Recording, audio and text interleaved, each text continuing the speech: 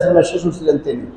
এই শুআইব আলাইহিস সালামের জমানায় তারা ছিল, তাদের মধ্যে যে দোষগুলি ছিল সেই দোষগুলি বর্তমান আমাদের সাথে সেগুলির শতভাগ মিল পাওয়া যায়। বলেন নাউজুবিল্লাহ। তাদের দোষগুলি খুব বড় দোষ ছিল না। কি ছিল যেগুলো আমরা অ্যাভেলেবেল করছি? এক নম্বর ছিল লোভ ও লালসা।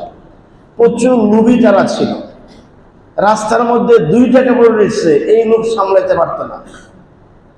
এই দোষ আমাদের মধ্যে আছে কিনা? আছে না?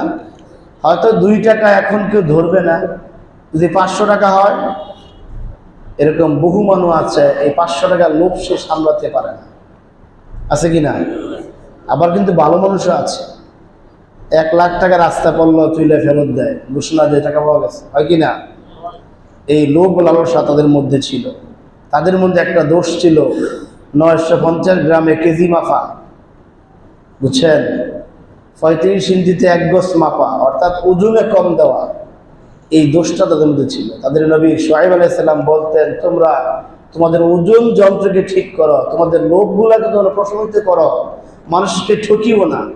তাদের দোষ ছিল দখলদারিত্ব করা, ছিনতাই করা, চাঁদাবাজি করা, দুর্নীতি করা, দর্শন করা, এরপরে মজুদদারি করা।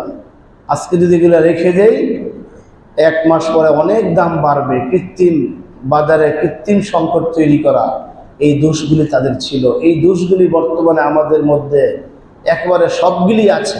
আছে কি না? সবগুলি আছে। কোনো একটা পণ্যের দাম যখন বাড়তে শুরু করে, তখন মহাজনরা সেগুলো সব কিছু কিনে এনে এগুলো মজুদদারি করে রেখে দেয়। কৃত্রিম সংকট সৃষ্টি করে, সিন্ডিকেট করে, চাঁদাবাজি করে, দখলদারিত্ব করে, জবরদখল করে, লোভ লালসার মধ্যে তারা লিপ্ত ছিল। যার ফলে আল্লাহ তাআলা এদেরকেও ধ্বংস করলেন। এদেরকে এই পাপ থেকে রক্ষা করার জন্য অনেকভাবে দাওয়াত দিয়েছিলেন, তারা সেখান থেকে ফেরত আসে নাই। তাদের